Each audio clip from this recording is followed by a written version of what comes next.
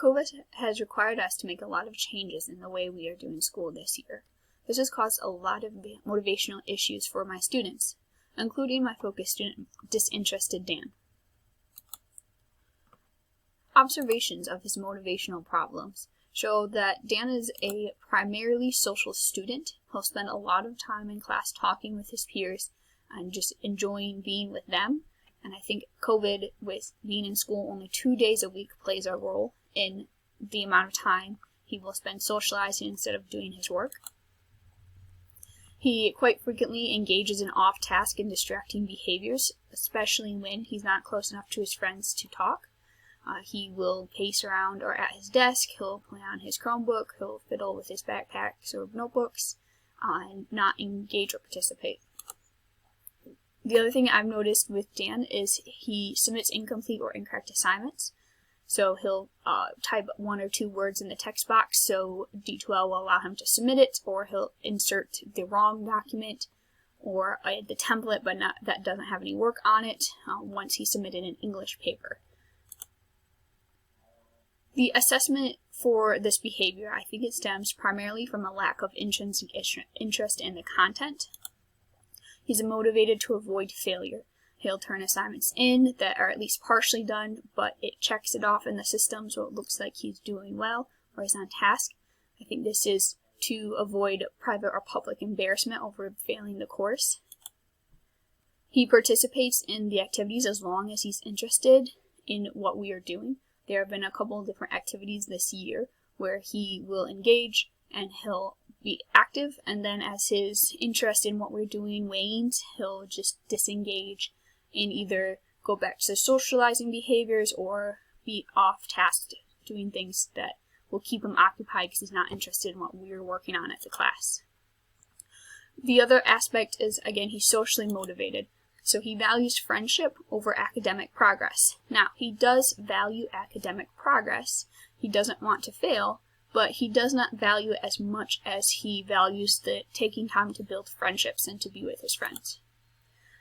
He does participate in academic work, but he participates primarily for their social benefits. When we do a small group versus large class, I've seen that he will participate more with the content when we are doing small group, and he can also socialize with his friends. The motivational assessment in relation to the target model. So the tasks, I believe, for him are either uninteresting or unchallenging. He has been interested in a couple things. I think there are a couple assignments that may have challenged him a bit more, so that's why he didn't complete it. But for the most part, he seems to be an intelligent young man, and I think many of the assignments we are working on are not challenging enough for him. He has little control in the class over what type of activity we're doing or the content we're learning. He primarily gets recognition for the off-task distracting behaviors. For him, many teachers will focus in on his outgoing, silly 7th grade boy behaviors that disrupt the class, and that's the recognition he'll get, is redirection or being called out from that. Grouping, we usually do a whole class or a small group. There have been a few times where we've done individual. I've noticed for Dan that he does prefer the small group assignments. Evaluation, so I'd give evaluations in a couple ways during discussion. I'll comment on the ideas students are sharing, or on their assignments I'll give extensive feedback about how well they did, what ways they can improve, and I'll allow them to redo assignments. Time, I feel like we are rushing through some of the content. I don't think it's going too fast for Dan, but I think when he disengages, he doesn't get all the information he needs to, and then it doesn't process and digest and make the connections across our different activities. My planned motivational intervention. So there's 2 sides of this. The first one is creating learning community grouping, as described by Wenzel and Brophy. So they talked about creating groups of 2 to 6 students where they work together. When they pick a topic from the unit, they work together and have individual tasks that they do to create a project which they present to the rest of the class. I have to modify it slightly because we have a content we are working on, but I want to do community groups where students get to pick their own groups, and those are the groups they work with for the lab. So each group is doing the same topic, but they have to write a prediction, They have to plan and carry out the lab. They have to divide tasks between themselves to perform the lab. They have to, as a group, come to a conclusion and make an explanation of what happened, and then present it to the rest of the class. So this would be a repeated system. The other one is private praise. So I think this will help build a student-teacher relationship through offering constructive feedback. That's a thing Wenzel and Brophy talked about. If effective praise has to be encouraging, has to be genuine, and it has to give specific ideas and details that help the student. So working on, in class, being specific about what things he's doing well, what things he can improve, and then also on his written assignments, being very specific about the feedback and always to make it encouraging and genuine. The motivational intervention in relation to the target model. So the task is going to be more challenging for them in the tasks, performing their labs and dividing the labor and working together and coming up with explanations. All of their activities revolve around trying to explain what happens in our anchoring phenomenon, which is this chemical reaction right here. I think these social learning benefits will help Dan because the small group is where he thrives. He can talk and he can work on his assignments. Authority, so it's more split now. The content is still determined by the curriculum, but the direction and manner is guided by the students' ideas. So each class is unique. Each class will approach the same content in a different way because of the ideas and the questions that students ask in each class.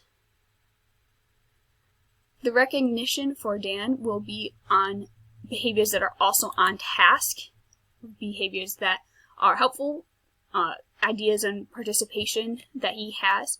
They're specific and they're going to be private to help him get that recognition for doing what he's supposed to do and not just the off-task behavior that most teachers call him out on. The grouping, again, the small groups will be helpful for Dan because of the social piece.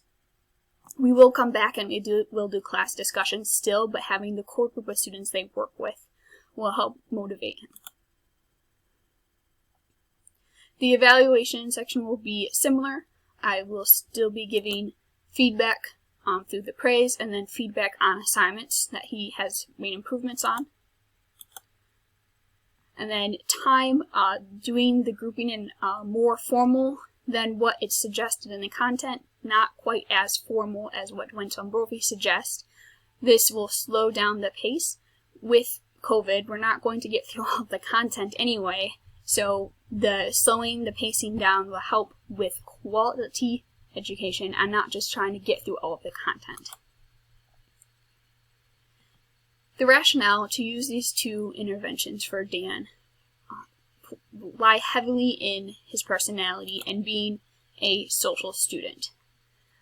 I have discussed him a little bit with other teachers who have had issues with Dan in the classroom, and one thing that has the difference between us is the student-teacher relationship. So I have a better student-teacher relationship with Dan than other teachers do, and I find I have less of those off-task, distracting, disruptive behaviors occur in the classroom. That is one reason I think improving the relationship through private praise will benefit his motivation. I've already seen slight changes in Dan. The few times I have purposely initiated the private praise, he was more on task for a period, and he participated more after the private praise. For the grouping, working in small groups with that core students that he gets to choose will help motivate him. He can kind of kill two birds with one stone. He gets to socialize, but he also gets to work on the course and talk to people about the material, not just sit as part of a big class discussion. I've already seen a difference in the work that he's done during small groups versus whole class or individual. It's much more quality and much more in general that he does during small groups. The informal applications of the observations I've been taking and the little bit of data I've been able to see, the notebook check is the primary piece of evidence I have for the small group. Not only did I observe him participating more, this notebook check was there assignment that they turned in that shows all the progress they've done in the labs up to this point, which would be the small group work. That assignment was one of his best ones and was almost completely done.